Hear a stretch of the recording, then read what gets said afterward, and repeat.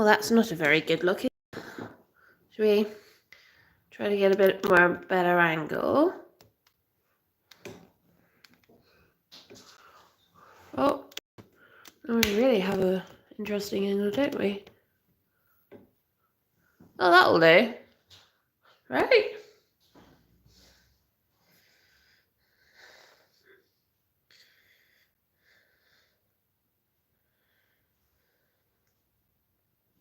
Hello.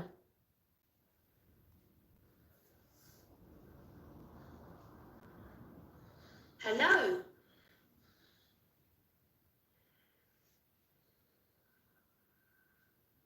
Hello.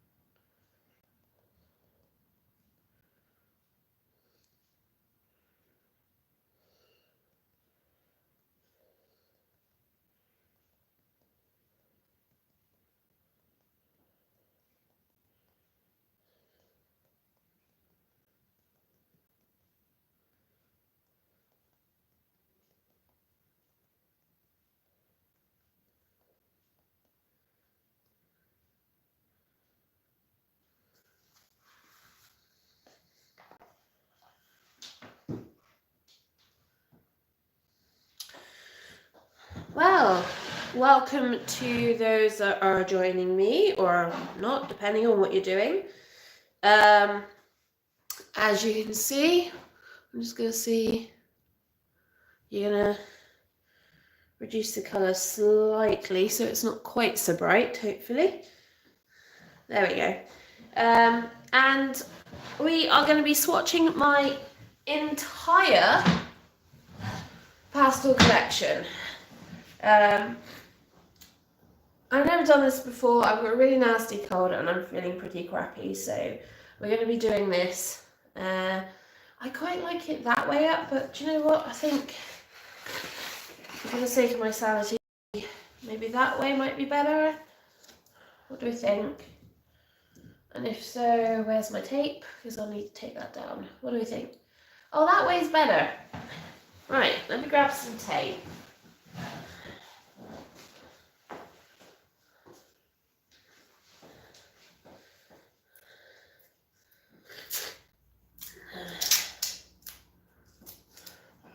I'm going to stick a little bit of tape down just to stop it wandering off, because that's how these things work, is they like to wander. Yeah, we've just come out of our amateur panto, and as usual, every time we do this, we end up with colds, because you spend all week exhausted, and then you end up like this. Oh, so I've got a terrible cold. Right, so we're going to start with dark to lights. So I'm just going to go along the top and just work down with what we've got. So I'm not sure how this is going to look or how this is going to turn out, but we shall see. Of course, it is only 9:54 in the morning, which is probably why nobody's awake. So we're on pinks. I think this is our pink selection. So basically, I've created this box grid using a free program. It's similar to Photoshop, called GIMP. And then I've just printed it directly onto Canson May Tense pastel paper, just to make it easier. So we're just gonna swatch this onto this weird cube.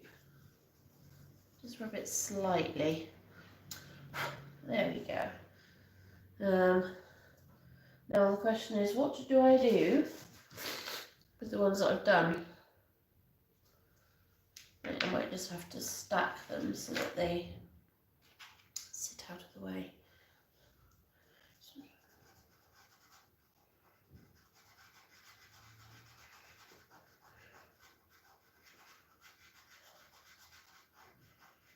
Be surprised how many of these actually will be fairly similar in colour and hue, but that's fine.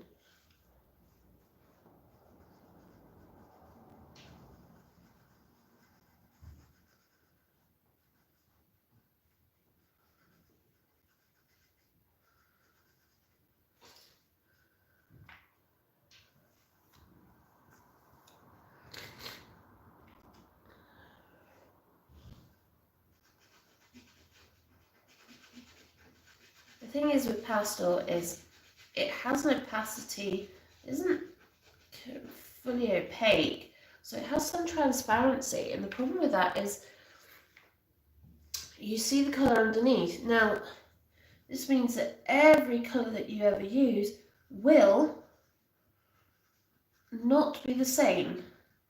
So for example, this a hoo-hoo pastel. You see where I've used it, where I've broken it. It looks a lot darker than what it is actually on the paper.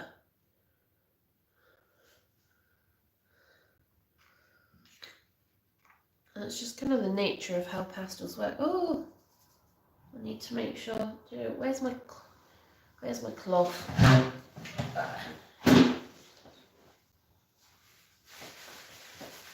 Just so I don't get any more fingerprints anywhere that I don't want it, because that won't be particularly helpful.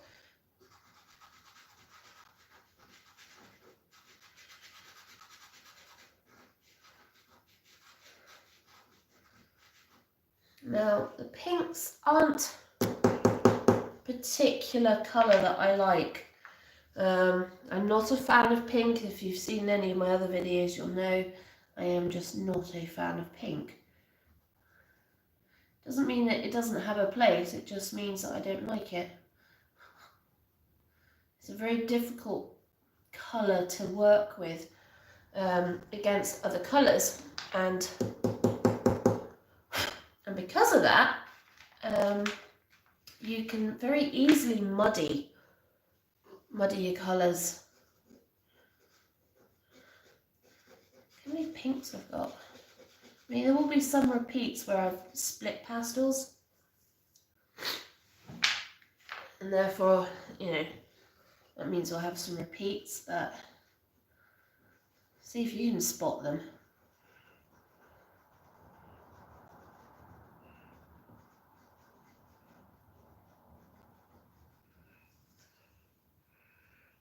Now, my trays are done more based on saturation than they are anything else. So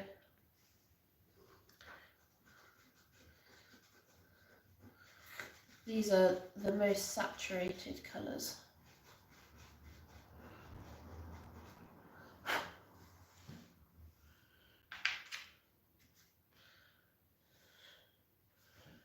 We've got some darks in here that are actually, they look like browns. They are actually a pink brown. I'm not sure how well that will come out on the camera. I have got a warm and a cool light on, which usually means that I get a really nice balance between the colours.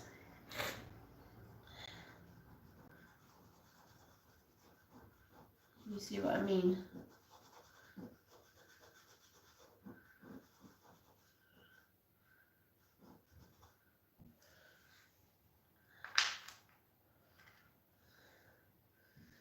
We're now kind of heading into some of my reds. I've kind of got a mixture of reds and pinks in this tray.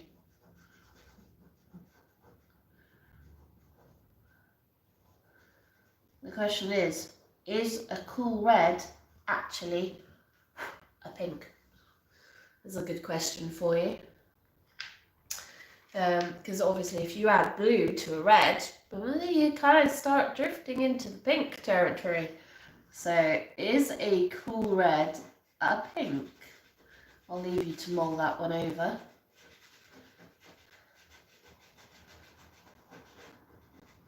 So this is one of our harder ones. This is a Conti. You get a lot of pigment in a Conti, but they are very hard as a pastel. So they're great for detailing, and because they're long, thin sticks, you know, that does make it easier for detailing. But honestly, if you look at how much gram of pigment you actually have for a Conte stick versus the price, it's nearly 3.7 times that of what you'd get, say, in a Unison. So Conti are great for what they are, and as a hard pastel they're great for detailing, but they are super expensive.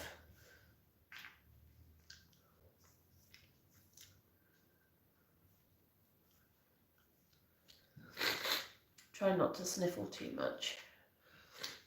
Back to another pink. I think I've got the trays quite messy at the moment. I've got a video up on my channel if you want to see me actually sorting these trays, which I do probably twice a year, just because they do get a bit messy. Things get out of place, things disappear. Well, they don't disappear, well, they do disappear, but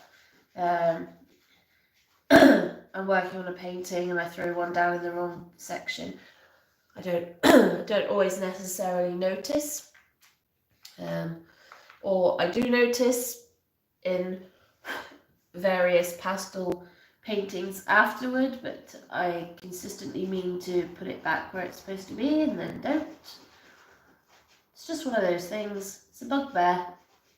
I know it's wrong. I know it's in the wrong place. Visually I can see it's in the wrong place, and then I never find time to actually put it back. So just to clarify, we are working saturation, so it's value rather than value and tone rather than anything else, which is why there are some lights in here, but they are lights that are highly saturated,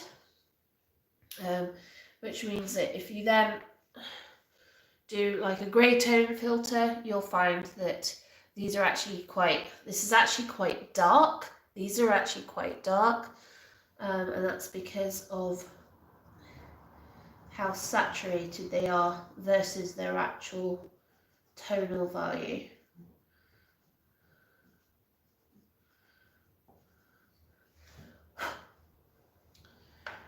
Yeah, we've got some absolutely gorgeous. I love the reds in this. I've always loved the reds in this. It's just one of those things. I love a good red. I do not love a good pink. I love a good red. There's no happy medium. I would prefer you to put more blue in your red and make purple than make pink. Like this is really crumbly. This is a Sennelier. So not the proper thick half sticks. These are the lesser end of the Sennelier ranges. So they're thinner than the chunky ones, and they tend to be really crumbly, really quite dry, but you get some really rich darks out of them. And this one is a madder. It's a madder red brown, and it's absolutely gorgeous. It's great for doing those really rich darks in landscapes. And I have another one here. Is this what I think it is? Yeah. This is another one of the Sennelier ones. And yes, these are effectively reds. And yes, they look like browns. But when you think about it, a red is a brown. And a brown is a red. And as you get into the blues and purples, and then you've got your cooler browns, which are just darker blues, really. But you tend to find the darker you go with the blue, the more into the grey tones you go. So most browns come from the red family. I like this one. This is got a bit of earthy richness to it. So I'm not going to say it's a brick red, but it's an absolute gorgeous colour. Yes, this can be slightly obsessive when you look at the colours.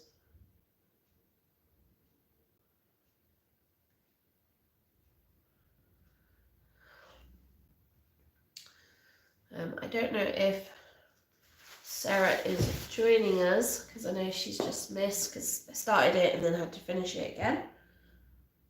Let's go back to you.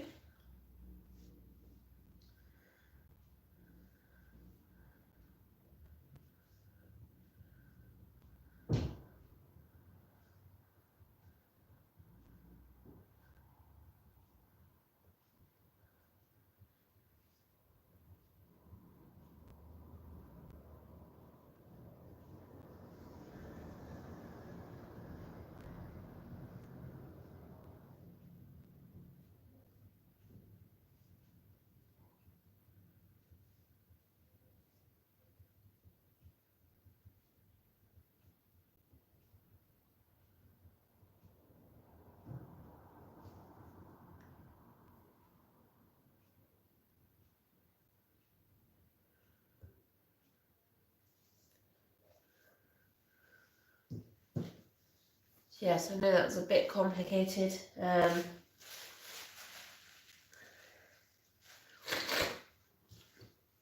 started my live stream and the camera refused to put it in a landscape orientation for whatever reason.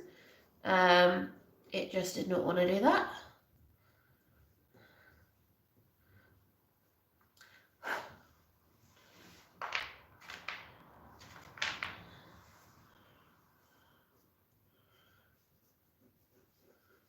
One of the questions I got asked recently was, well, if you have a colour you really, really like, because you've taken the wrappers off and you've put them in the tray, how do you know you're going to buy that colour again? And the answer to that is, well, I don't. But then that's the joy of discovering new colours. I wouldn't be able to discover new colours if I persistently always bought the same colours over and over again. And also, sometimes pigments which either get written off because there is a change in the EU rules about the safety of certain pigments, or pigments become harder to find or are not cost effective because they're being mined inefficiently or badly or under slavery, then there are some that just no longer exist and you just can't get hold of, but you had previously. So actually, I like the fact that I have no idea what most of these are. I can go online and I can go to somewhere like Jackson's where I can buy pastels individually. I can look for a colour that's close and then I can buy it. And if it turns up and it's pretty close to what I've got, then that's great.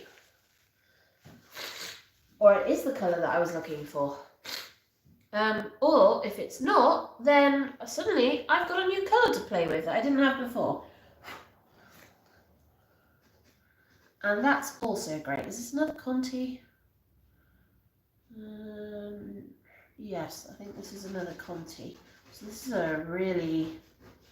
this is more of an orange. I'm wondering if I should probably move this into the other tray, into the tray with the oranges.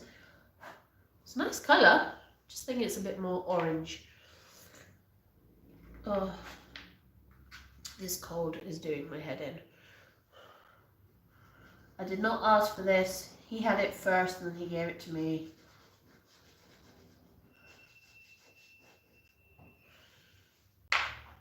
I should probably speed this up. Look at all the colour variations I've got. It really does surprise you sometimes. Obviously you see them in the tray, But that's not actually the same as seeing them on paper.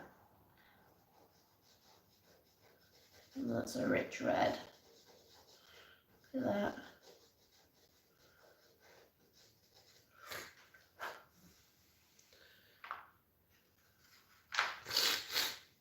Oh.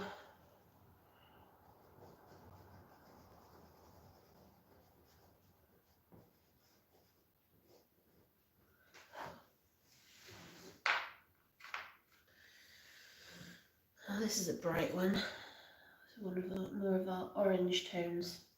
It is a red, but it's got such a large amount of orange in it that it's borderline. But if I put it next to the oranges, you'll see what I mean. It's definitely a red.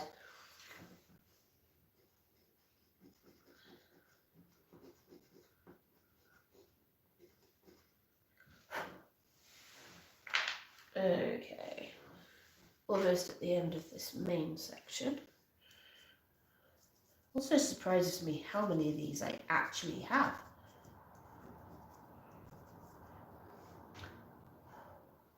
It's like you look at them in the tray and you're like, oh, that's not many. And then you start getting them down and you're like, oh, actually, maybe I've got more of these than I thought. I think the colour trays that probably excite me the most and the colours I probably like the most working with is going to be blues and purples. I absolutely love my blues and purples. They are just one of those ones where I just love the colours, I love the tones, I love the variations, and there's a lot of blues and purples in Scotland, I suppose. Oh, that's an interesting chunky boy. This is, yeah. I think this is actually a Mount Vision. It's a gorgeous colour. Again, another one that's kind of borderline orange, but isn't. You can tell the difference between the Ohuhu. They are really difficult to get down on this paper.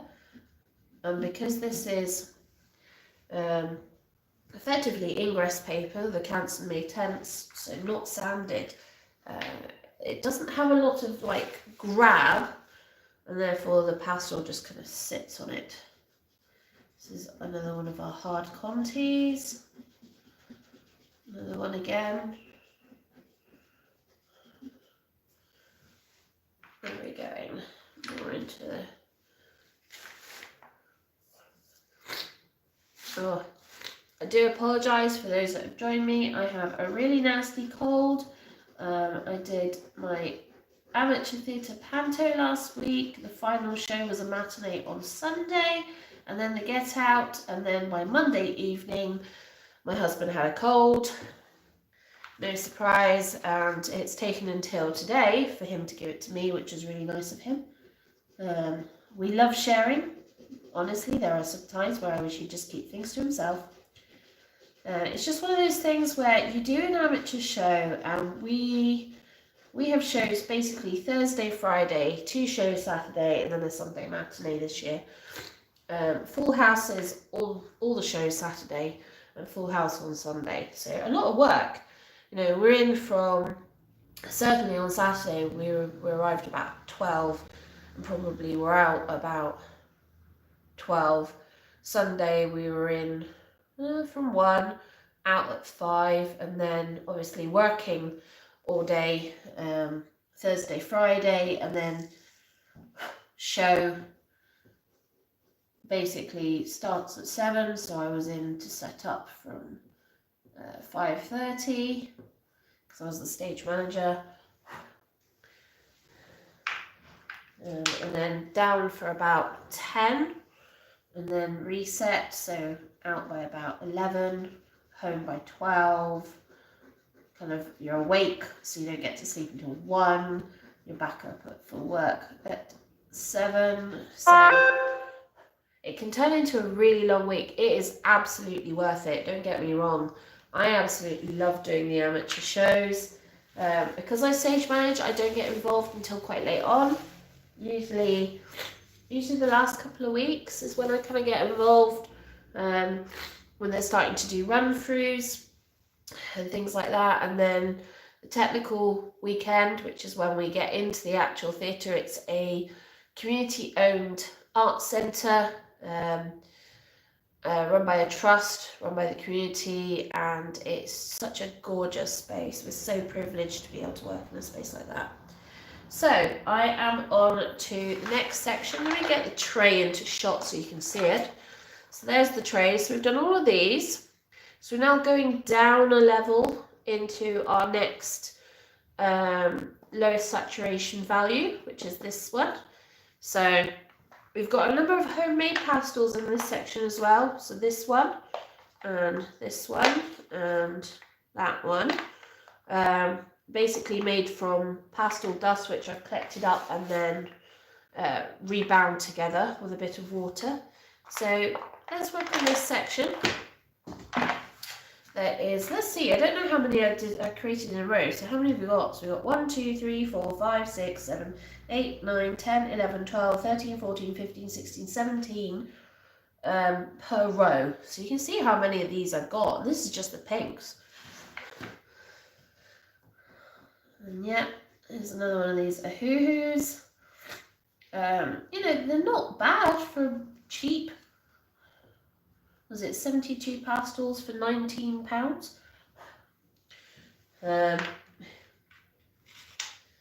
So we're back in the pinks again.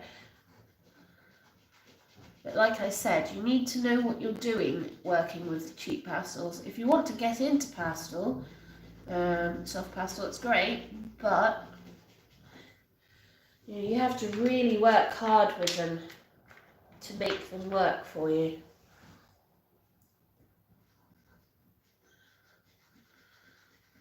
That's a bit of a warmer pink there. Still not a fan of pink. Maybe one day somebody will convince me otherwise, but no, still not a fan of pink at all. This is a more neutral pink. This one I actually quite like, and I believe actually I use quite a number of my paintings. Neutrals are good.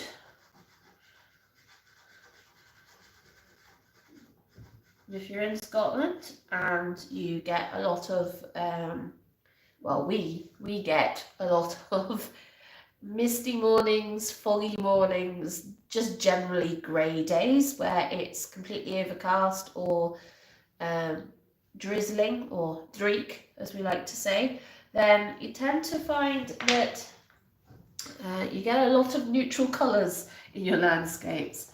And often than not, I have to punch up the colour in order to kind of make it a bit more vibrant and not necessarily lifelike, but just interesting.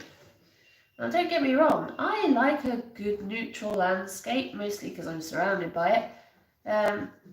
But sometimes, because I like working with colour and I like working with vibrant colour, I do find that where I'm living, I do have to punch it up a wee bit. But that's part of the process and part of the fun of working with something as great as pastels, where you're working directly with pigment, which means that you get a lot more opportunity to punch up colour really quickly rather than having to work at it. When it comes to working with acrylics and oils, you're having to mix a lot of colours. So you can be quite punchy with your initial colours, your base colours, your red, blue, greens, yellows. And then you have to kind of mix down to be able to neutral out and mix up to be able to create vibrancy. But obviously too much mixing and you start muddying and you lose that vibrancy. Whereas I don't really have that problem with pastel, because pastel is vibrant from the get-go because it is pure pigment mixed with a little bit of binder.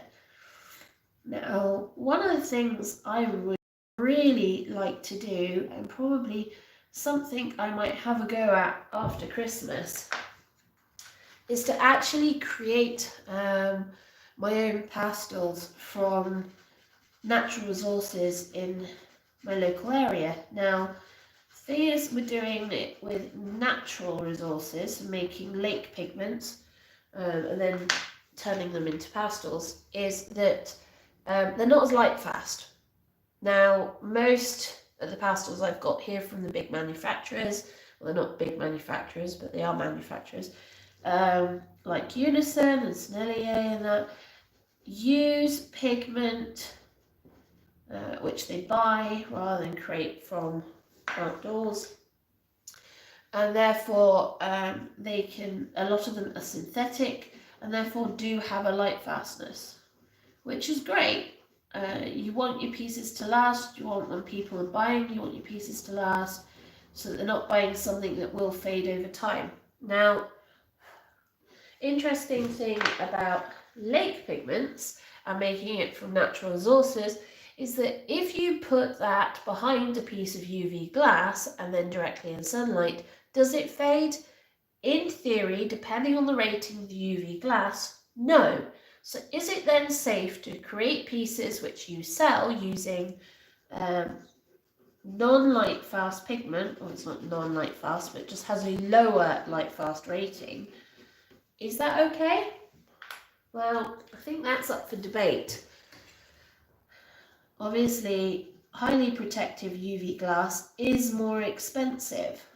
However, considering some of the mining techniques and laboratory techniques that have to go into creating synthetic pigments, maybe actually that is a better way to go. And it's nicer using pigments created from the stuff around you.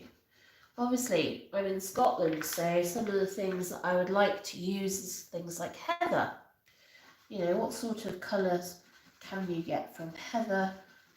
I believe more muted greens. You know, people think heather and they think purple, and that's absolutely not the case at all. But you can get some colours, purples, yellows, blues, by balancing out the pH level. This thing I just done. You pay more attention. By changing the pH level of your lake substance that you're created for your pigment, you will find that you can change its colour from your cooler tones, so your blue tones, right the way through to your warmer tones, so your yellow, oranges and reds, all based on your pH level, which I think is absolutely cool. But obviously you start to feel like you need a full chemistry degree in order to create things. But then, you know, look at pastel manufacturers, small ones, artisan ones like Earthberry is one that I've been looking at. Another one, Chalk Copenhagen is another one. They produce such gorgeous colours and such gorgeous quality as well. And then you've got what else goes into making a pastel. And the other parts of making a pastel is going to be your binder and your fillers. So common fillers are things that can make them more neutral or less saturated, so whites, paler colours and tones like that. Then you've got your binders, usually a gum. So something like gum arabic is a common one. Being celiac, I have a lot of xanthan gum in the house, so quite tempted to have a go and see whether that would make any difference at all. And I see that my friendly neighbours are slamming their doors. Oh.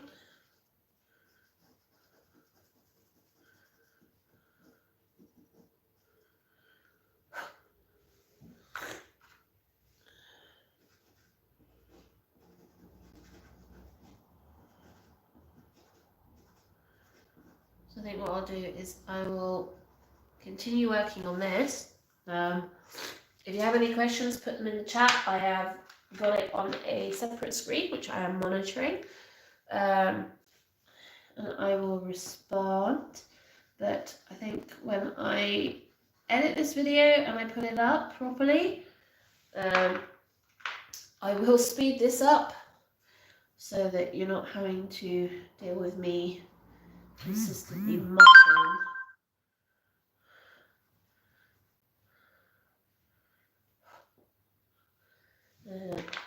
Interesting information at you, hopefully.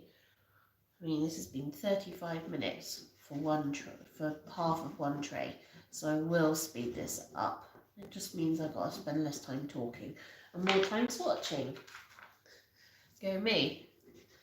I actually got a surprising number of these Contis, which is surprising because I think it's just because they get lost in the tray because they're so thin. They disappear underneath the more chunky Unisons and Senneliers and Terry Ludwigs, but they're there. I have them. Okay, so we are on to the next level. Oh, I don't like having a cold. So these are a bit more neutral before we go into our pale ones.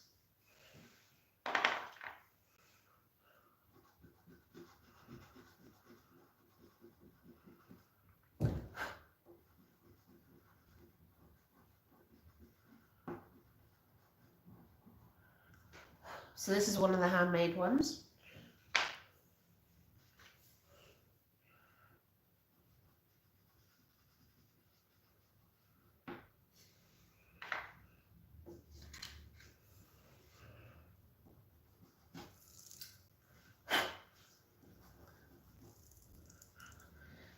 It's a bit crumbly.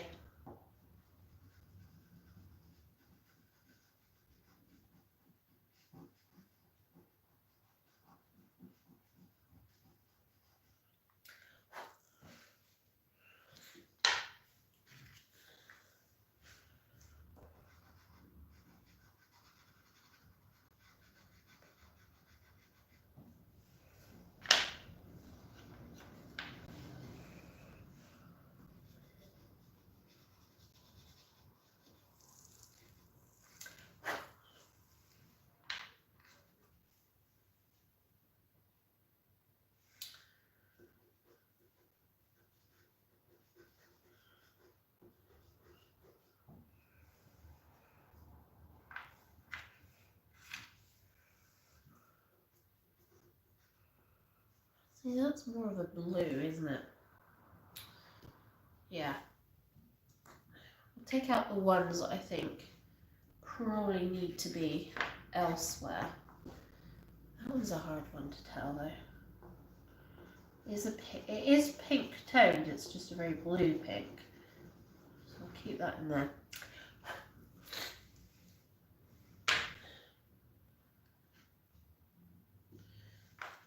That one. That one.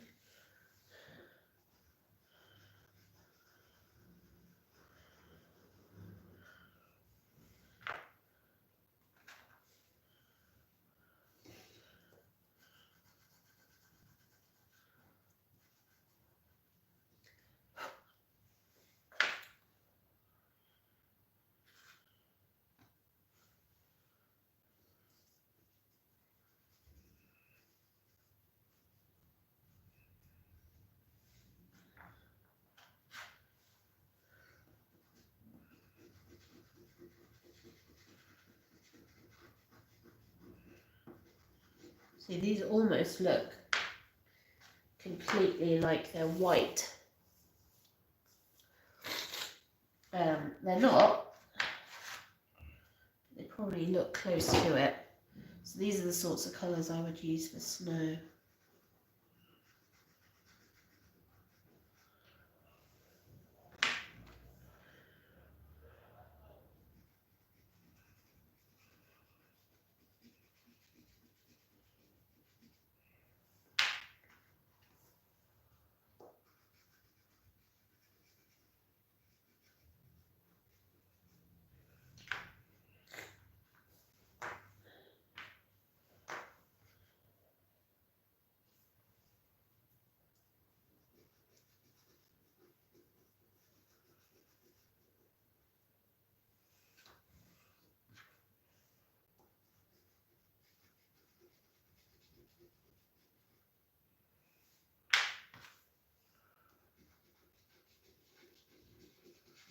That's almost the same colour as the paper.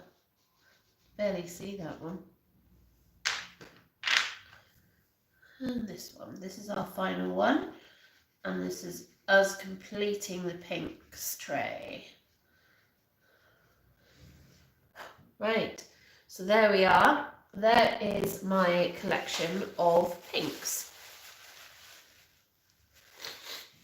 which is quite an interesting collection, really. You've got a lot of, well, pinks and reds. You've got a lot of warm reds, cool pinks. It's kind of a good mix. So let's take this sheet off. Don't know if I'll be able to reuse the masking tape, possibly not. Right, no, I don't think I will. Let's tap that off. So there is our pinks and reds. So let's move that out of the way. Find somewhere safe to dump that.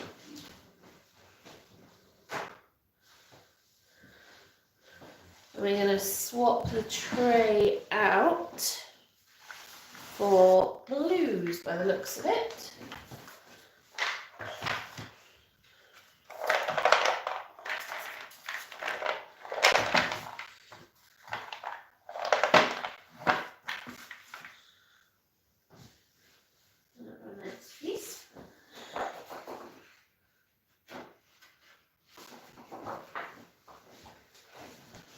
So there's another one.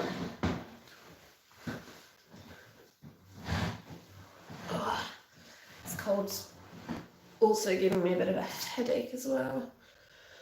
Ow. Right, let's put this here.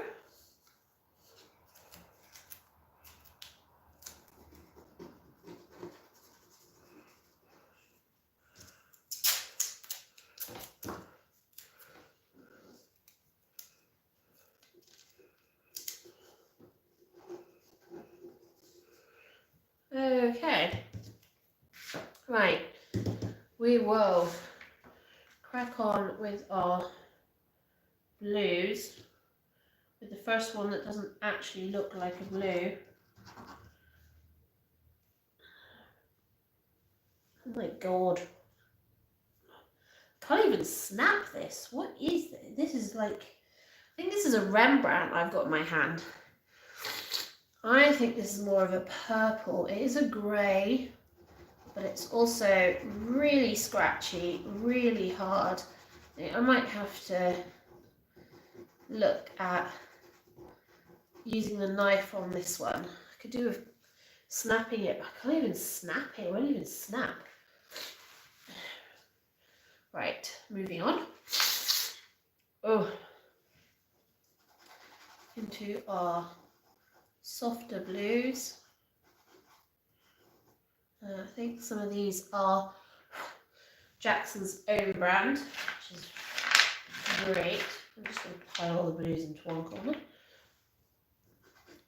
So some of these might be repeats where I've split them, but just to be sure, swatch them as we go. You can see that one's a more red blue than the other one, which is more of a yellow blue. They're both darks. This is a Snellier. This is super, super dark, super soft, very crumbly, but absolutely gorgeous. I really need to buy more of this because that is all I've got. Like, so dark it's almost a black. It's not a black, it is a blue. This is another one of the Snelliers.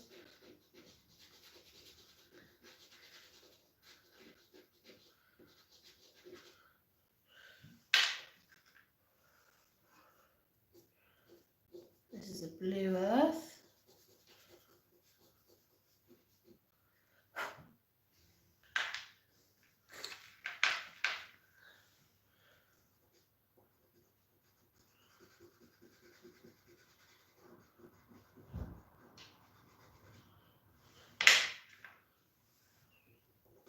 So yes, I'm speeding this up a wee bit.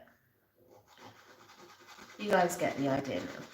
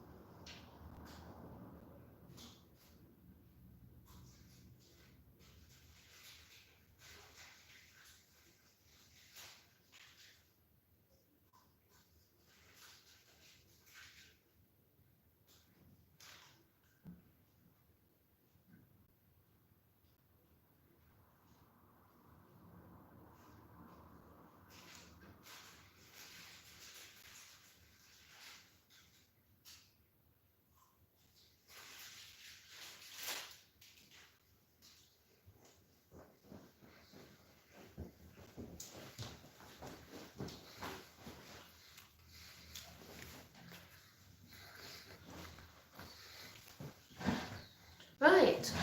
Sorry folks, I had to stop to blow my nose. The problem is we're having this cold.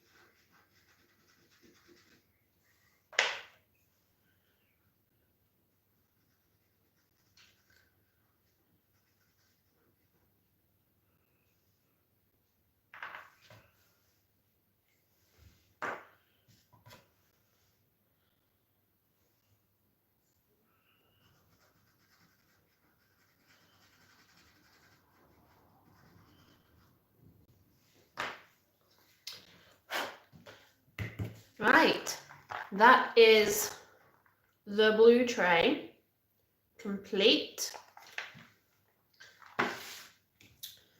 So we'll take this one off and switch trays.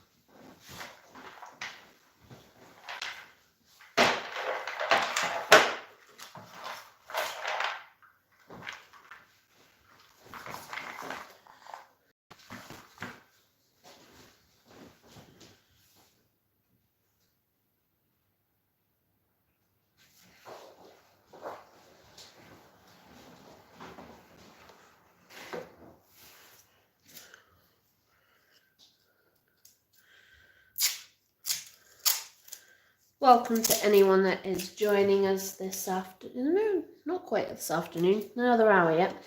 Feels like a long morning already. The husband has given me a wonderful cold, so I'm not really in the mood for doing a painting today. So I thought, do you know what? Something I have never done is swatch the entirety of my pastel range. And like most professional pastel artists, we have quite a few pastels.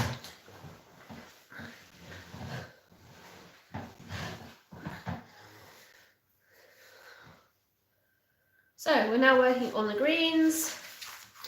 This is our green tray. Let's get started.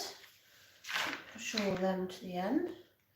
Let's start with our blue, really blue green, because we love these colours.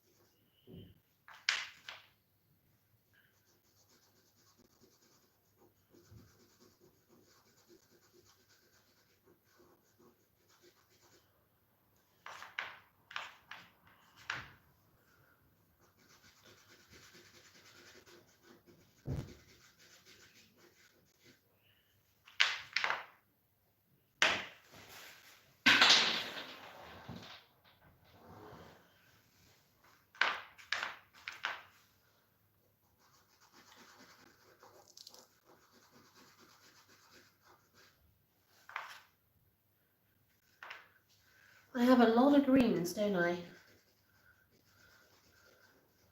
It's interesting to see the kind of colour difference in tones that we've got here, especially along my dark ones. Now I've got my favourites. Being in Scotland, I've got a lot more of the blue greens than I've got yellow greens. We've got a lot of pine trees, so got a lot more blue greens going on. And you can see blue green, blue green, blue green, blue green, blue green. That doesn't mean to say I haven't got yellow greens. I do, as you can see, I just don't use them as much. I do use a lot of dark greens in my work, especially my landscape work. I like the darker greens. See, that's a nice warm green. That's a nice yellow green. I just don't know. I suppose living in Scotland, this is what you get. You get a lot more of the blue tones in the vegetation than you do the yellow tones. Fair enough. Location kind of depicts the colour a lot of the time. Whenever I go visiting down south, I see a lot more of the yellows. There is a number of places up here that I like to visit and paint, which actually do have a number of tree collections. They're not quite arboretums. They're like estates, hotel estates and house estates. And there is a lot of those in Scotland, covering vast areas.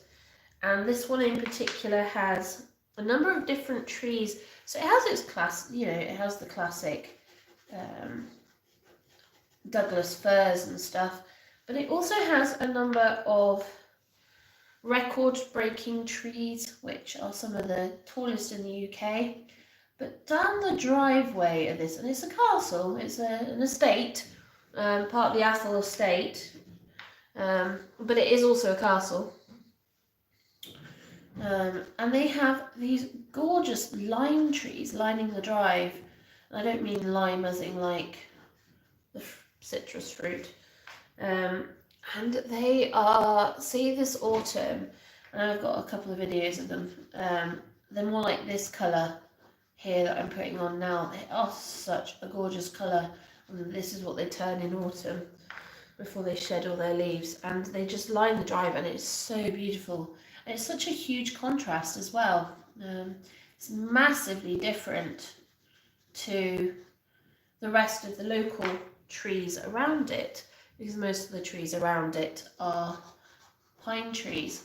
So you get these beautiful lime trees, which are a very yellow colour versus the pine trees around it. And you do get that in and around Scotland. A lot of the estates up here, castle estates and house estates, had tree collections as part of their estates. I suppose because they're such a huge area. I'm not surprised. They definitely have the space to grow different types of trees from everywhere. So we've definitely got plenty of variety in my greens, from the blues through to the yellows. But like I said, I think I do prefer most of the blue tone greens. And that's just because that's what I've got a lot of around me, where I am. So hello and welcome to all those that keep coming back and forth and joining me. I have, like most professional pastel artists, quite an extensive collection of soft pastels, of which I have never swatched before. I've never really bothered to go, actually, what colours do I have? It's one of those interesting questions. What colours do I actually have? Honestly, because they're out of the wrappers, I have absolutely no idea.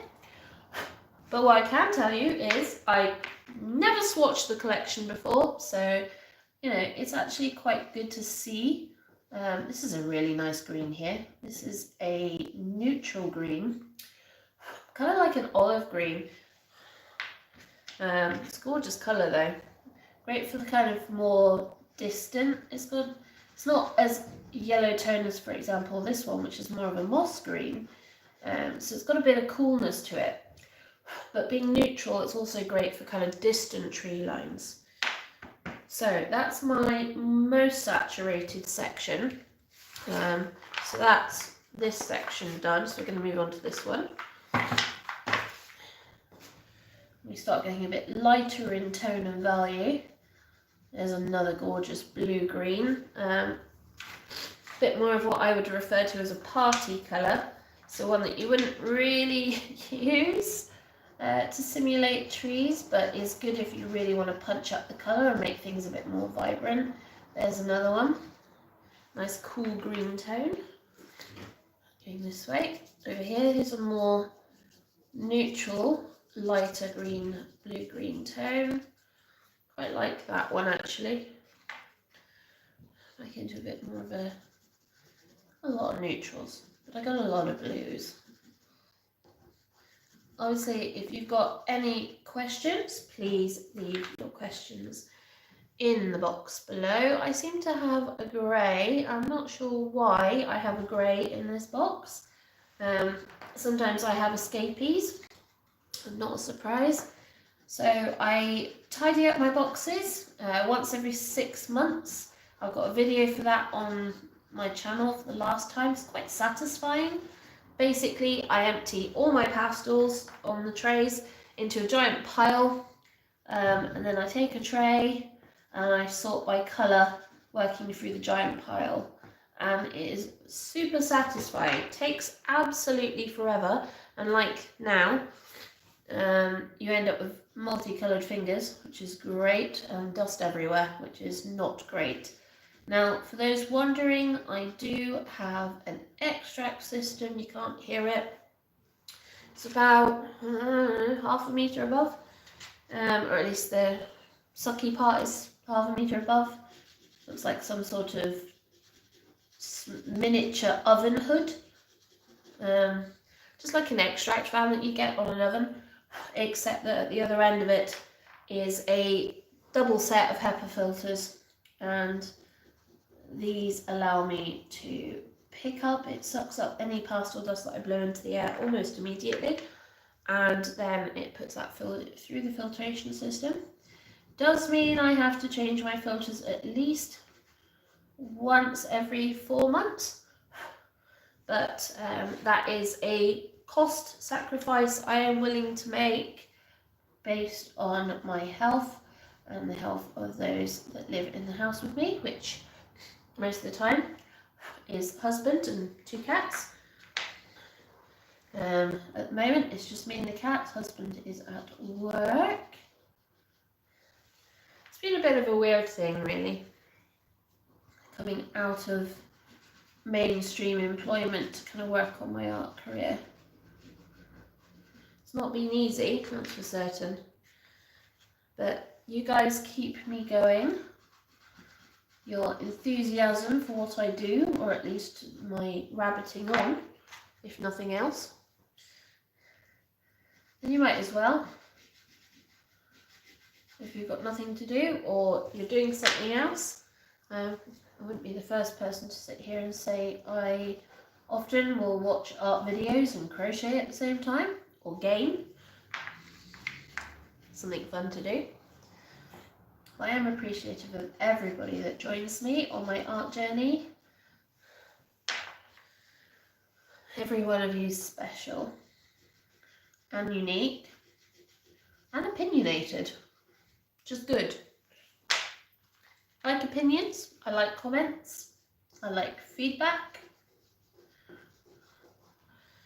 Just general chit chat, saying hi. And I'm kind of babbling now, not helped by the sniffling either. I do apologise. I'll get this done today and then some bed rest. Maybe edit this video in bed on my laptop.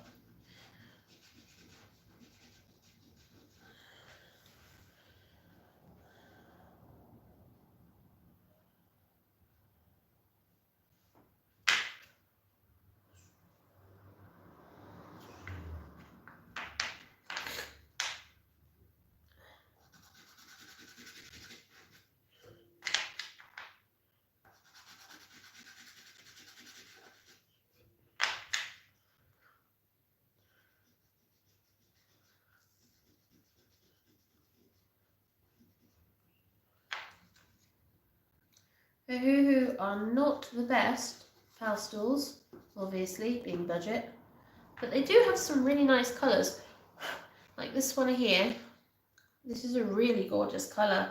It's a kind of blue-green fir tree colour, and it is absolutely gorgeous. It's quite a neutral colour. They do some really nice colours in their range.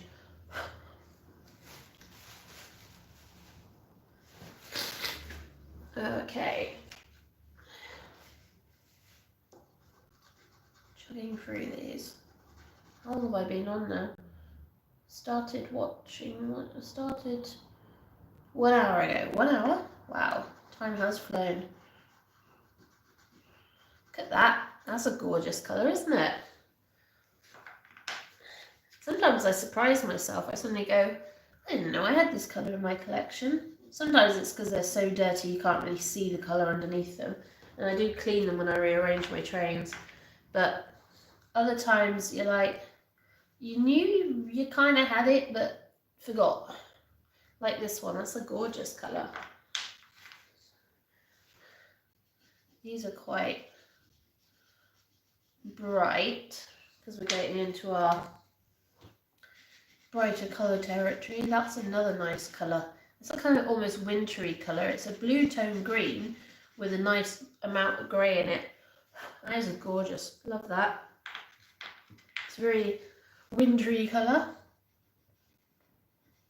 It's very apt because it's absolutely freezing. I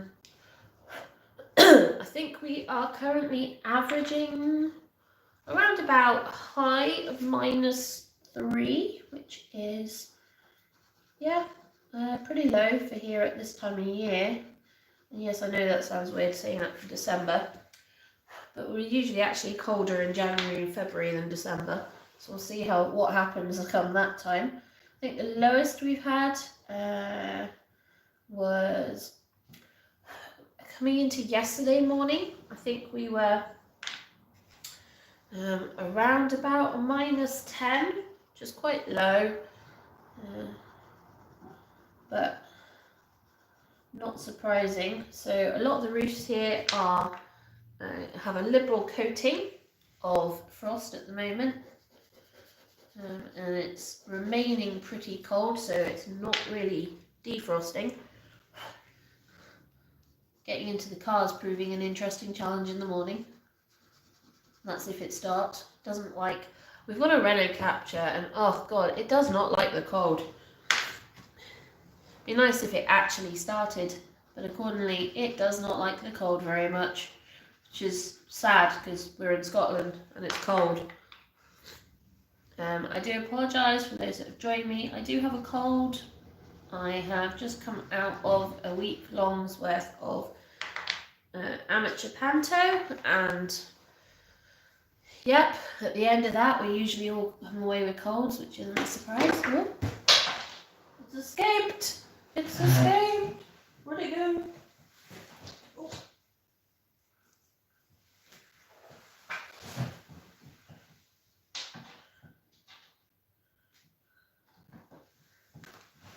Got it. Right, back to this. This is a Rembrandt, but it's a bit scratchy. It's not very soft. It's a nice colour though. Right, where are we going? That probably should be in a different part of the tray because that's quite a dark one. Down you go. And I think this one's the same actually, yeah. Sometimes I just throw them back in and they end up in the wrong section and I'm not paying attention. And I always get round to meaning to put them back and then promptly forget. I have no doubt I'm not the only person. It's very easily done, so it's not deliberate, but it does happen. It's when I get purple in the middle of a green tray and then, oh god, I cannot cope. My mind just goes, nope, you have to fix that. That does not belong there. Go and put it back. And then I spend a good 10-15 minutes staring at the purple tray, trying to work out which bit and section of my purple is it supposed to go into.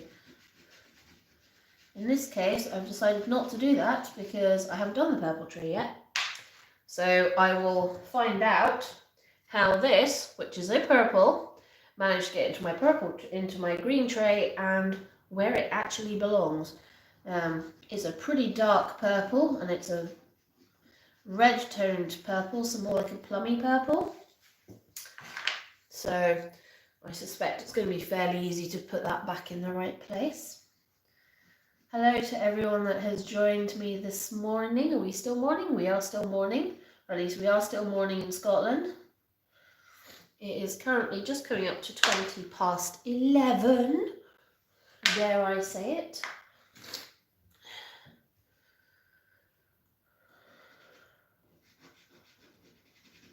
I like some of these kind of brighter yellow greens. They're borderline yellow, borderline green, but they are really lovely. Now, I'm going to be keeping these. I'll probably pin them on the wall in here, in this studio space. But what I will probably do is I will probably give them a liberal coating of a fixative. Looking around, I've got the Sylvina? I think it's a Sylvina hairspray, which is a firm hold hairspray.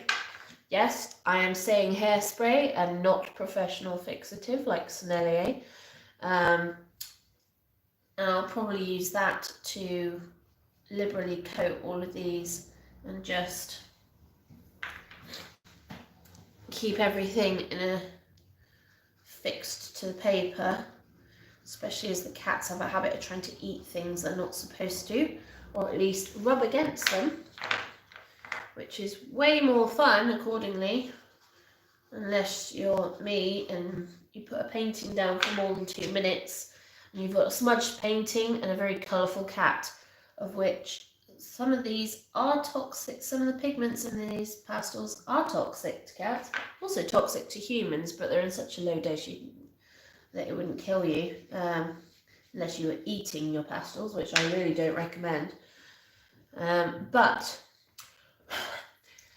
some of these pigments are a bit more toxic to cats than they are to humans. So I usually try to be very careful to keep them out of my studio space as much as possible, which is difficult, as you can imagine. Anyone who's had a cat will know there is no such thing as keeping a cat out of the space, because they will get into that space regardless, or they will complain until you let them in, which means you cannot record because they are consistently behind you, screaming for attention. In my case, I do actually mean screaming sometimes. It's almost like I'm killing her, and honestly when I'm not. But she can be quite, my youngest one can be quite a little madam about that sort of thing. These are more of my kind of white greens that we've got going on. Oh, that's a nice colour, I like that one.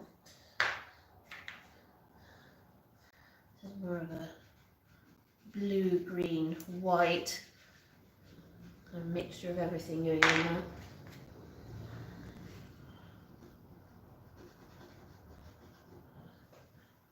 Right, that is the green tray done.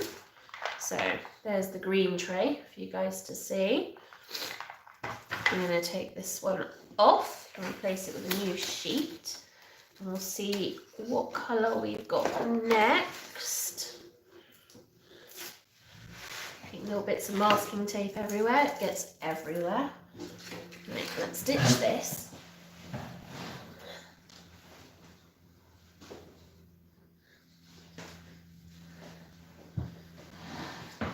Ditch the tray. What have we got? Oh, we've got oranges.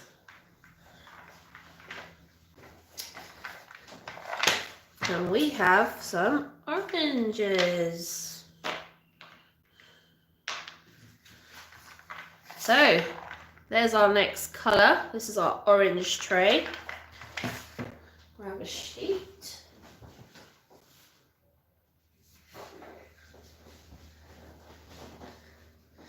So if you're wondering, the sheets that I'm using are Canson May Temps non-sanded pastel paper, which I buy in bulk, so I get about 50 sheets in a pack, roughly A4 in size. And these are great because they are thin enough that they fit through, oops, sorry, knocked the camera with my head. I'm that short that I knocked the camera. They're thin enough that they can go through a printer, so I basically created a box grid in GIMP, which is like Photoshop. You can do the same in Canva as well, as another good one for doing that, and then literally just printed it directly onto the paper, ran the paper through my printer. It's actually quite handy being able to print on pastel paper. It's also great if you want to create easy outlines as well. Right. Oranges.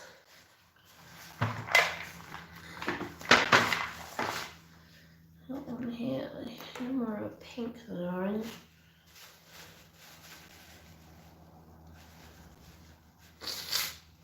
Oh, still sniffly. Right, there is a lot of oranges in here.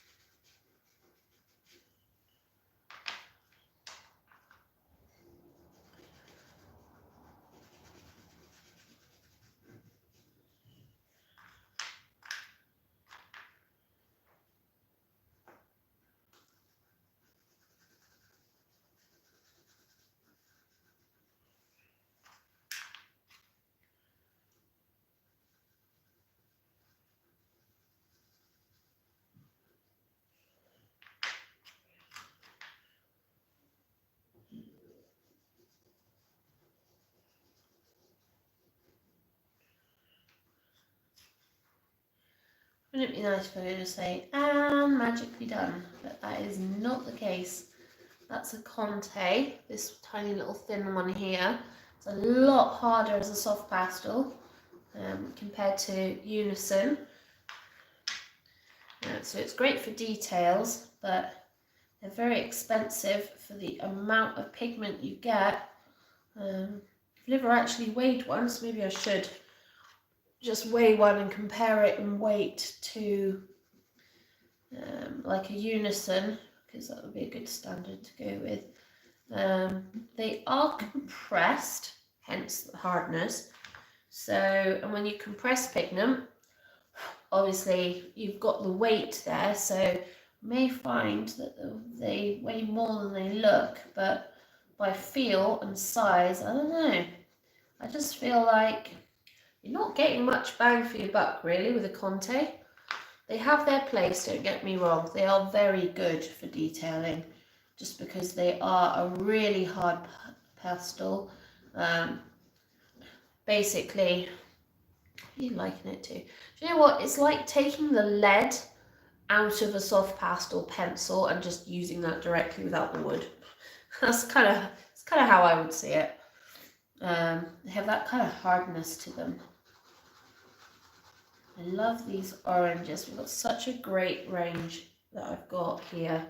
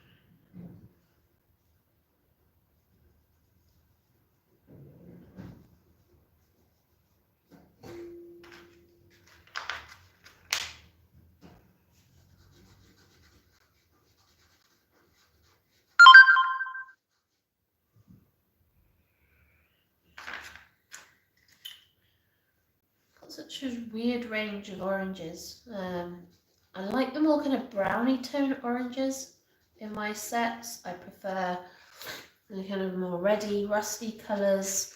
Kind of more like this kind of colour, this kind of colour, this kind of colour. Just, I don't know, I suppose it's same colour as my jumper, for those that can see my jumper in the shot. Yeah. And that's also was the original colour my hair is. It's a lot lighter now, but it's still not that far off being a true Scottish redhead and all. Dying breed, you know.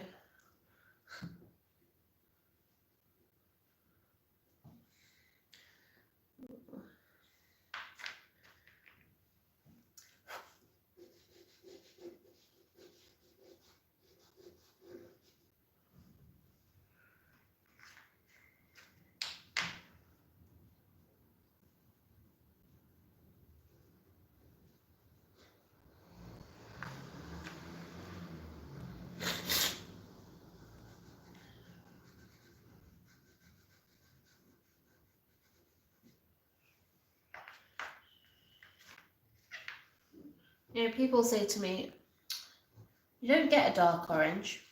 I'm like, what do you mean you don't get a dark orange? Well, you get a brown. Yeah, dark orange is brown.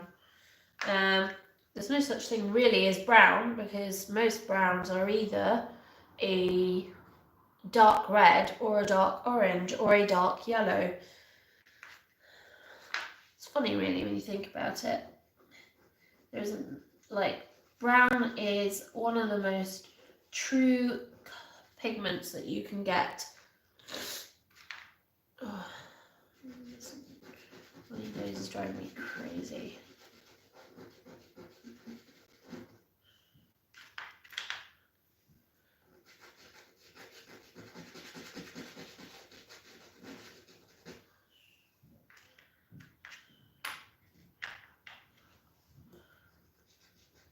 I actually have a lot of oranges. I didn't realise how many I actually had. A lot more than I thought I had, that's for certain. Now look at that, that's a bright orange. It's kind of like you've been tangoed. Sorry, that's a very UK joke for those that are joining me from anywhere else. I don't even know how old that joke is now.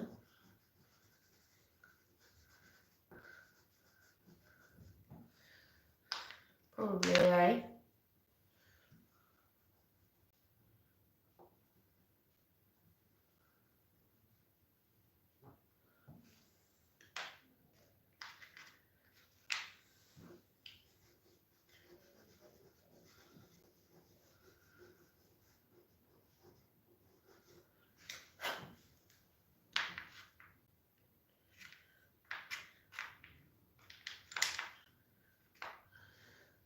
Now this is more of a red brown, but it is a lot more orangey than like the Madders that I had earlier in the red tray.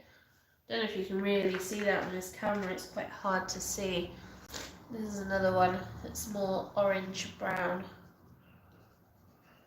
Look at that, that's a gorgeous colour.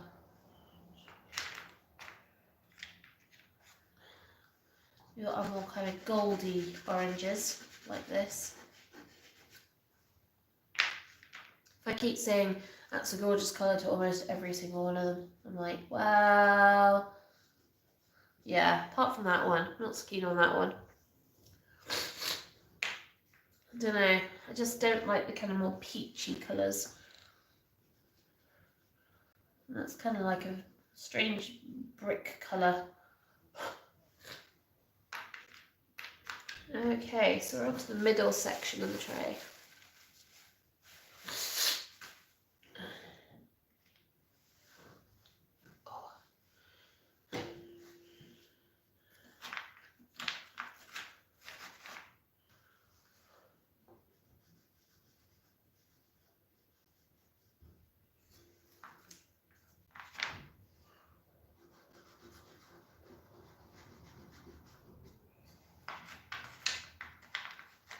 I'm just working through from my most saturated to my least saturated in my main tray. So there is my tray, for those that haven't seen this one. And this is my oranges.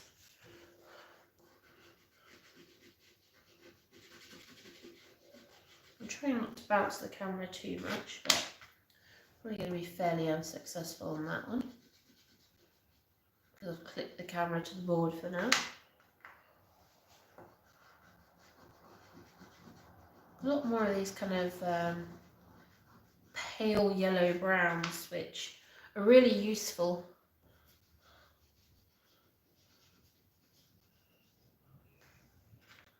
I'll be getting hungry soon as well.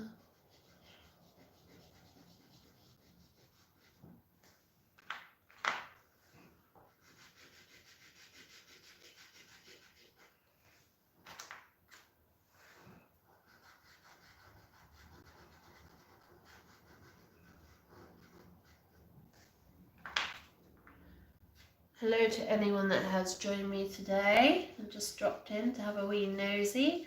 I am swatching out my soft pastel collection. I have not done that ever, I don't think. I've just been adding and adding and adding over the years. And as a consequence, I have 6 trays like this one. Each tray is a main colour group. This one is orange. Already in the live stream, if you go back, you can see that I have done green, blue and red, and I still have yellows and purples to do. So And it's good to actually be able to finally see some of the colours I actually have in this collection. Because I can see them in the tray, but never really actually properly paid attention to what I've got. It's quite important really when you're working to be able to kind of look and see the kind of colour range you've got. Your more red oranges, your more yellow oranges, your pales right the way through to your browns. See, that one's almost a yellow. It's not quite, but it's almost a yellow. And then we got this one. These are slightly more neutral oranges. I kind of like the neutrals. They're great for kind of backgrounds. The more distant they are, you want them cooler, but you also want them more neutral. So, and the more yellow oranges tend to be more cooler. So, like this one here, it's a slightly more cooler orange than, no, that's more yellow. This is more cooler. This is more cooler. That's more cooler. That's more cooler. Kind of more salmon colours, I suppose, and more cooler than some of our more kind of orangey, warmer reds and oranges. So like this one and this one, which are way warmer. And then you've got some of a really nice dark. So these are more close to the madder, which is a pigment, but it produces some really beautiful, deep, rich oranges and reds to the point where they're practically brown.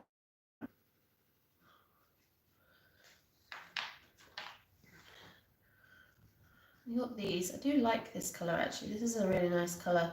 It's great for kind of sunflowers. It just adds a little bit of warmth away from the kind of more blue yellow like this one that you'd get on a sunflower. And you do want that because you want to be able to bring out enough hues and tones when you're creating flowers in soft pastel to be able to get realistic variety. Although that's kind of hard when you're painting flowers in a somewhat non-realistic way, but you guys know what I mean. Or at least I hope you do. If you don't, put a comment, ask in the chat. And I'm not sure even then I'll be able to explain it. Maybe it's just my slightly mad way of viewing colour in the world. Now, for those of you that don't know or don't follow my channel, my name is Ginger. I am an artist based in the Scottish Highlands, where it is currently -3 degrees and really cold. And I am sight impaired. Now, in the UK, that basically there is 2 categories for blindness. Severely sight impaired, which means really limited vision, and sight impaired, which means kind of like partially sighted, like half vision, part sighted, kind of see. I can kind of see and kind of not see. During COVID, I caught a virus in my right eye, and that basically ate a hole in the cornea, and now that's scarred over and I can't see out of that eye. And before that point, I had, because I've got a skin condition, I also got keratoconus, which basically distorts your lens, I suppose. And then that means I get really severe ghosting and limited vision. So I have that in my left eye to about 30%. So I can see. So I can see, don't get me wrong, because it'd be very difficult to do this if I couldn't.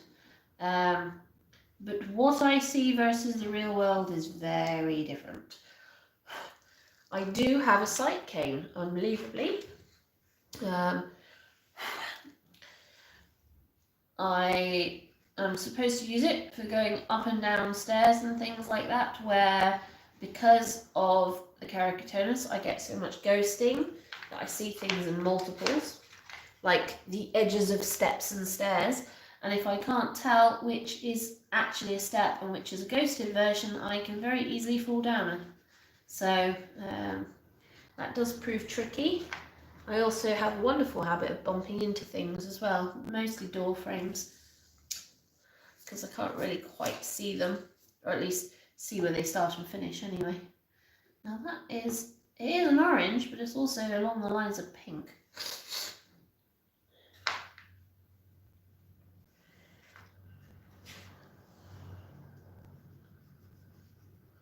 These are all fairly similar colours. There's ever some slight differences between them, but not much.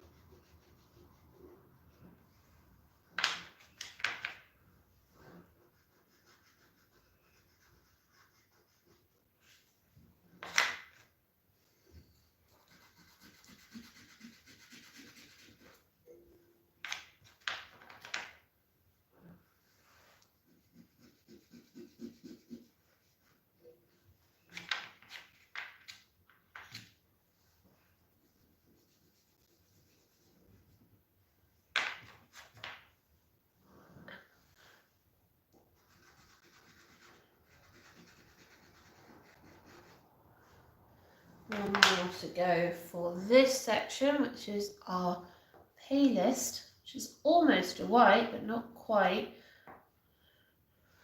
I'm not even sure if I actually have a true white in the collection anymore. Because most of my palest colours that are close to white are more like this one. Let's see. So that's this one here. This is a blue white. Well, no, it's a orangey white, but it's kind of slightly more on the blue tone. So you can see I don't really have any true whites. I don't really need any true whites really for what I do.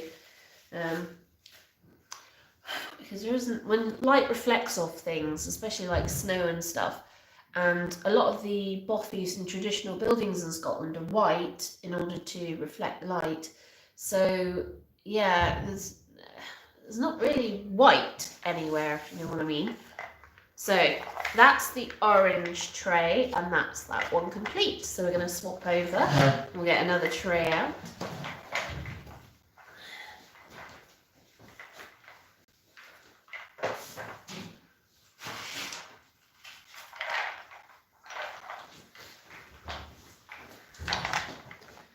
So we're going to work on our yellows, which also seem to have some blues and a random purple in. So I'll take those out because we do not want any blues in that.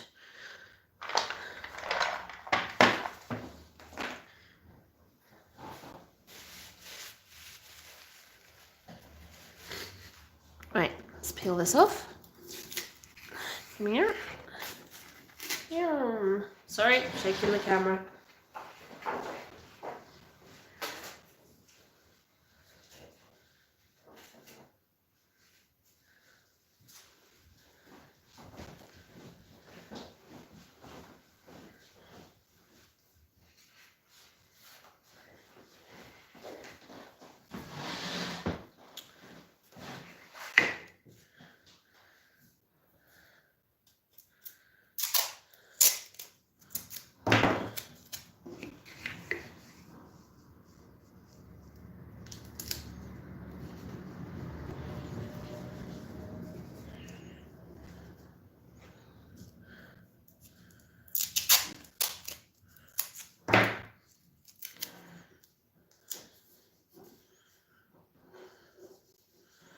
Okay, there's our next sheet down, and we will continue with our yellow tray. So there is our yellow tray.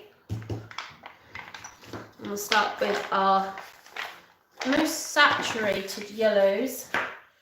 Remember that saturated doesn't always mean darkest. For example, if I put a grayscale filter over the camera, you'll see what I mean about the fact that some of these, like this one, they're a very bright, vibrant colour, they're very saturated. But when you take all the colour out of it and just look for tonal value, you'll find that this is quite dark in the tonal value. So it's quite important when you're thinking about what colours you're actually using together in order to create your values in your painting, that you're actually looking at your saturation as well. Because see, this one is a really bright yellow, but actually it's quite a dark colour. Or at least it's a dark tone value when it comes to actually looking at it. And that's because it's just super saturated. This is one of my favourite colours, this kind of gold, deep gold colour. I believe it's one of the ochre colours, and it's just gorgeous. This is a more neutral version of that colour, which is also really good for landscaping. You want colours that kind of work when it comes to landscape painting. So this is a slightly more greeny yellow. It's also really super crumbly. This is one of my Snelliers. And I do apologise, I have a really bad cold. I've just come out of a week's worth of amateur panto, and as per usual, come out of it with a cold. And no, before anyone asks, I do not perform, I just do backstage work. I stage manage most of the group's shows. They will never get me to perform, ever. I don't do on stage, just hide in the dark at the back and shout at performers. So this is another one of those kind of ochre colours. It's a brighter, more vibrant version. I really like this. It's almost like egg yolk yellow, I think is what I was referring to it previously. Oh.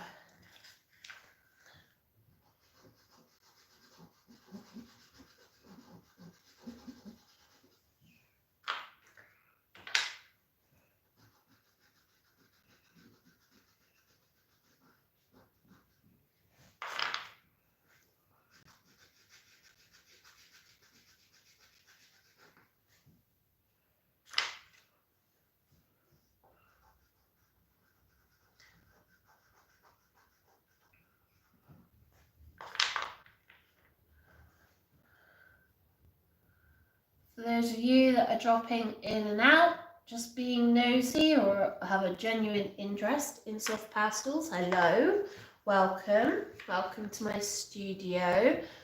I'm Ginger. I hang out in the Highlands in Scotland, where it is currently -3 degrees. It is absolutely freezing today, nice and cold, just how we like it.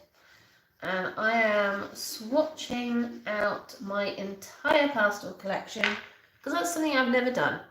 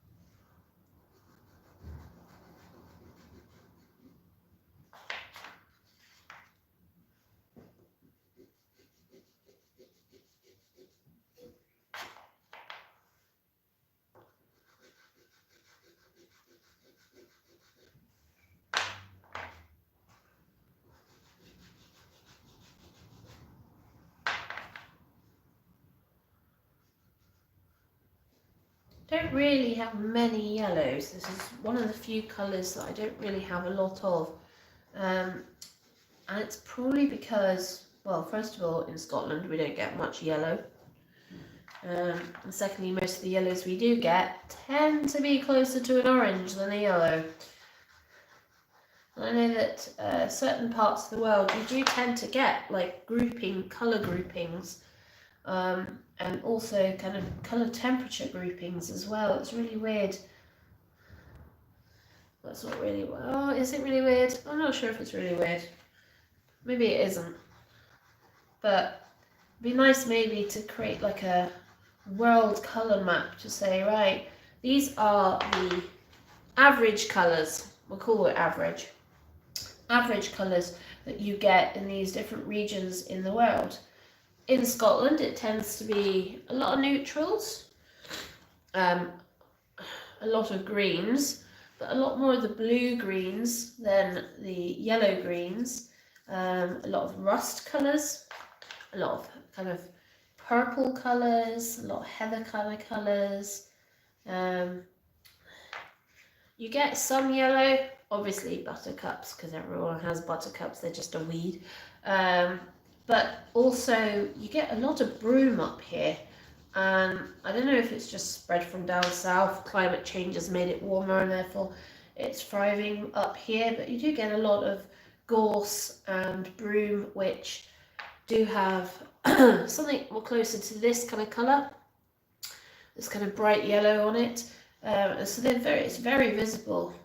Obviously, over the last, I don't know, 10 years, we've seen a lot more yellow in the fields, courtesy of rapeseed.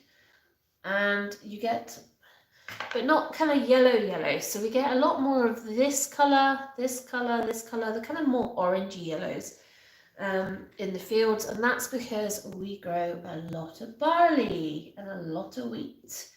And most of the barley production up here goes to cereals, cattle feed, and of course, most famously, whiskey.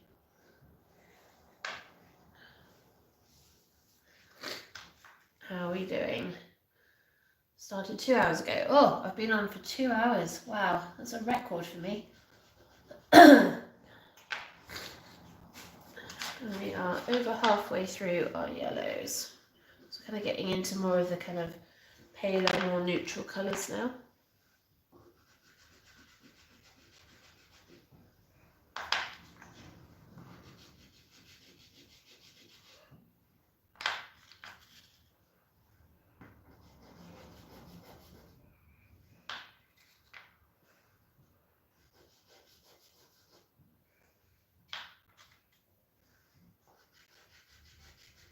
These are more of our blue yellows.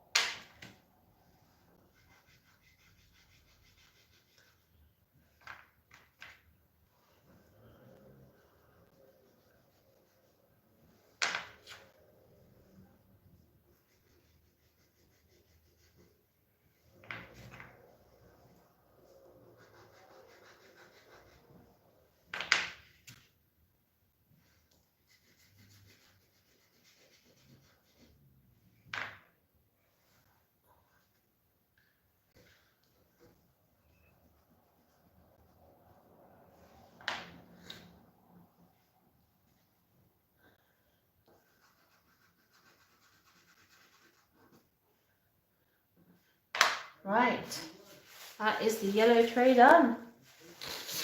Let's swap them over to our final tray.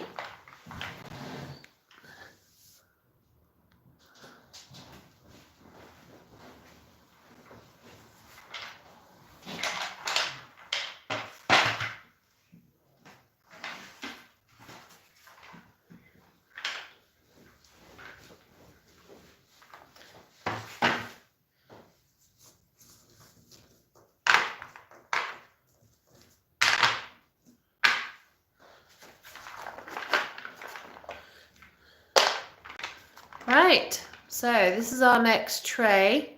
This is our purples.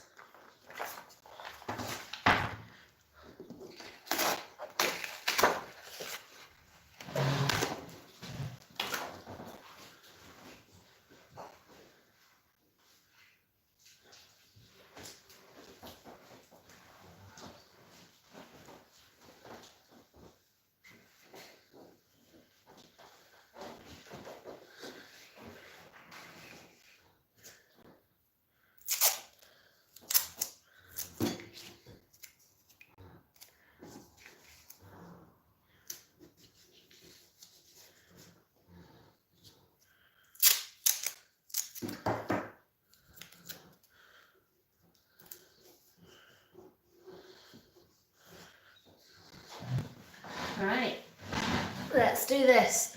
This is my favourite colour. I absolutely love purple. It's just one of those colours where it just can convey so much, both in the warm tones and the cool tones. So there is my purple tray. So we'll start with the bottom end.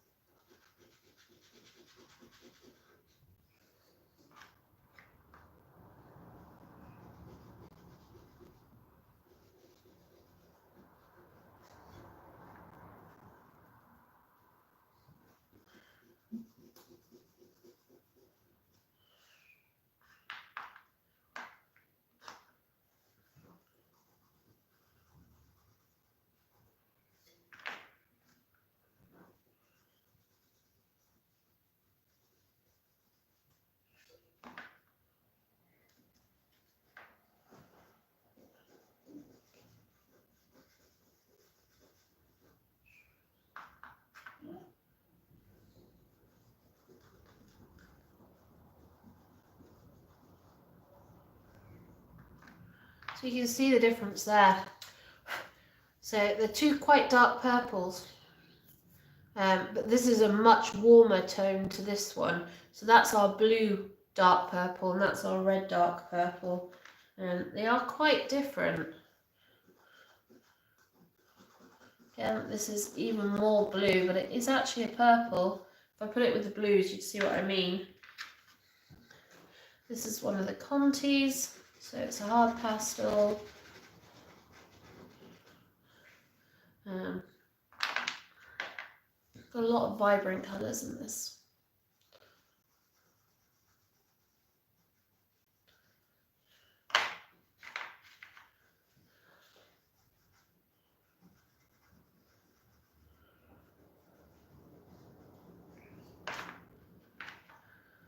A lot of vibrant colours. Look how kind of pink purple that one is.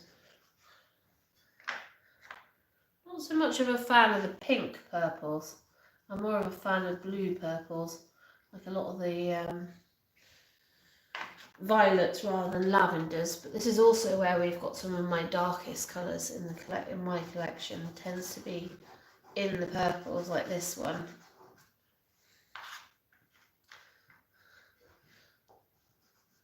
But don't get me wrong, there's a lot of lovely colours and tones in purple.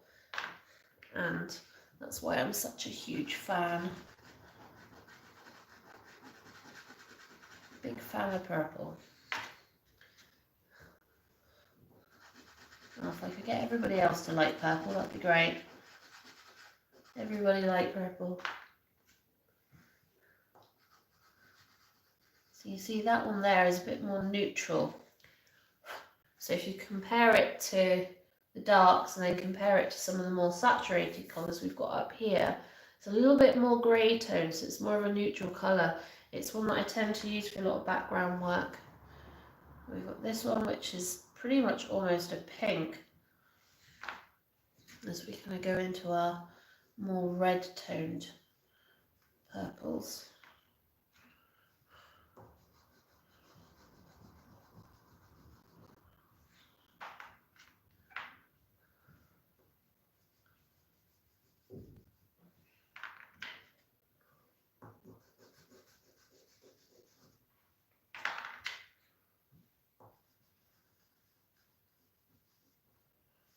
There we go.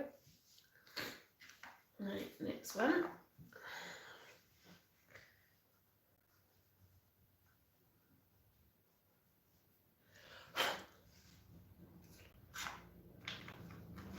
So bunch them all up on my tray. You want to see, that's the tray we're working from at the moment, which is my last tray, and there's my purples.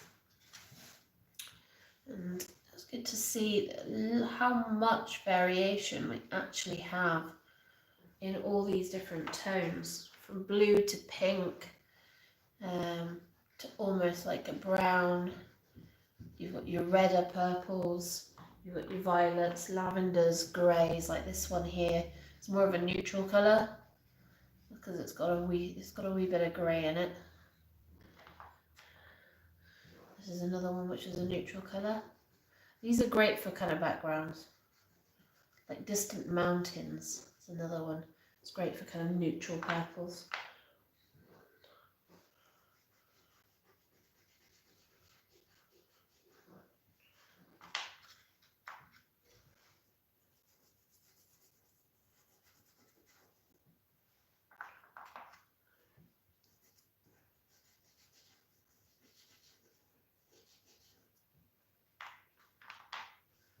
This is more of a pinky purple. There's a bit of red in that. It's kind of coming out of my blues and heading towards the red tones. That's a gorgeous kind of lavender colour there. This is like a almost slightly more pinker version of that one. Probably say I've got more of the blue purples than I've got of the pinks. That's a nice deep purple, like a mid-tone purple there. This one's more of a blue, more like an indigo.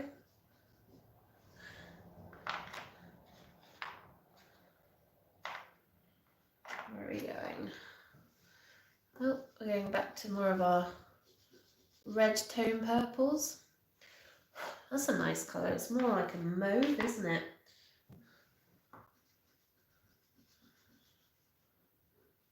That's also quite... I don't know why I keep saying that. I'm just going to say I love purple, and therefore I'm going to say I love every colour. So there is just no point in me repeating that at you guys.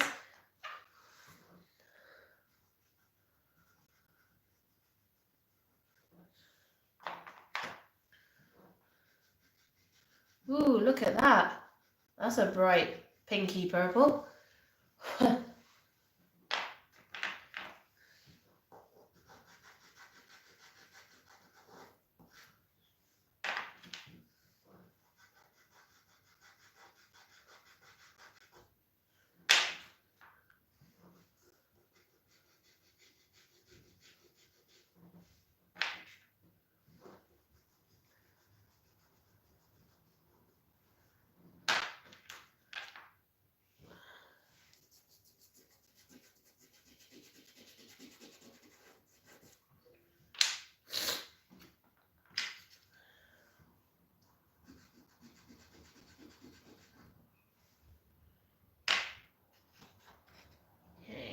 I'm going into our kind of more light colours now. So that's a really nice vibrant lavender. It's probably slightly more blue than that one. More grey tone. It's a nice neutral colour. We do like nice neutrals. They're great for kind of mountain scenes in the distance.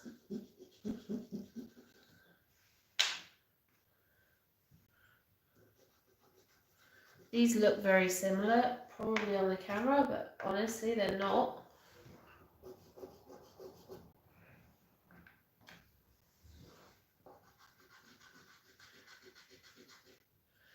And these are now going into more of our kind of whiter colours.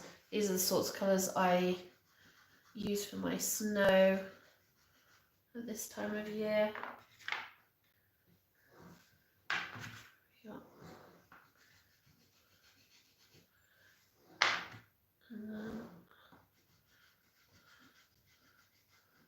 Right.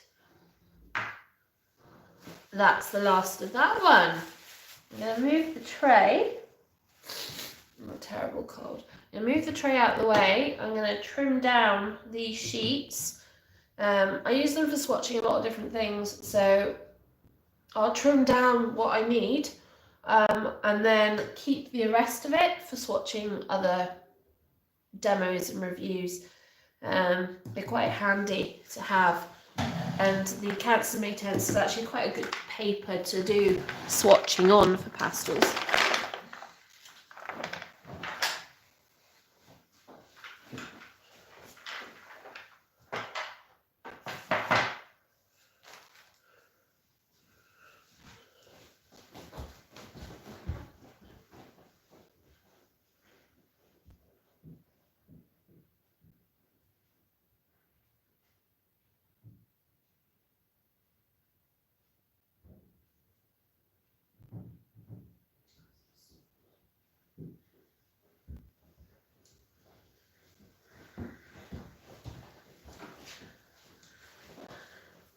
Right, let's take that one off.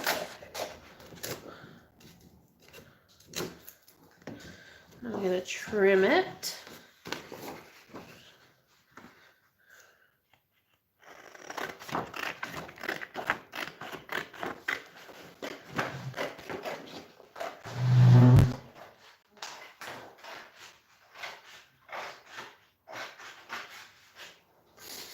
So there is our purples. Should we do that way? Yeah, we'll do it that way. There's our purples.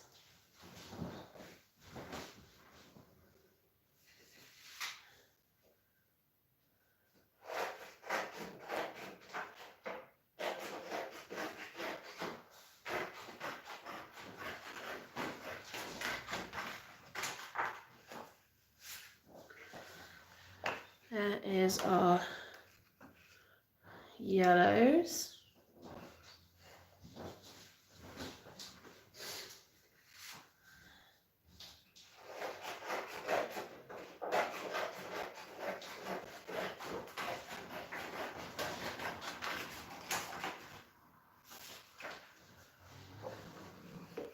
There's some oranges. Come on, fit on the page.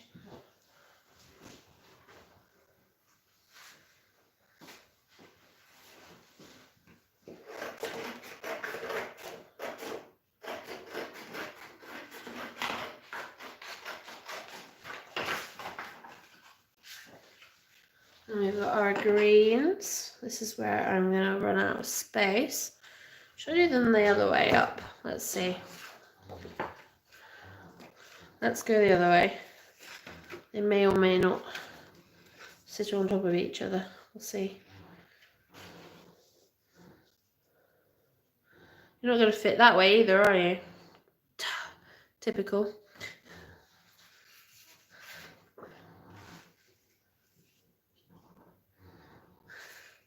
Right, so there's those three. And then we've got, there's our greens.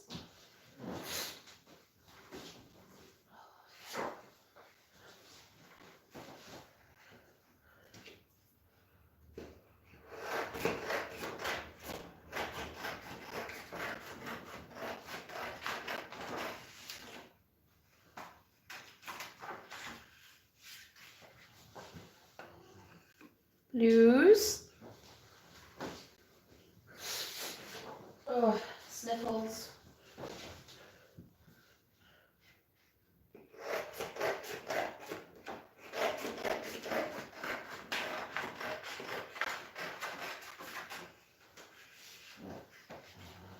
And then there is our reds.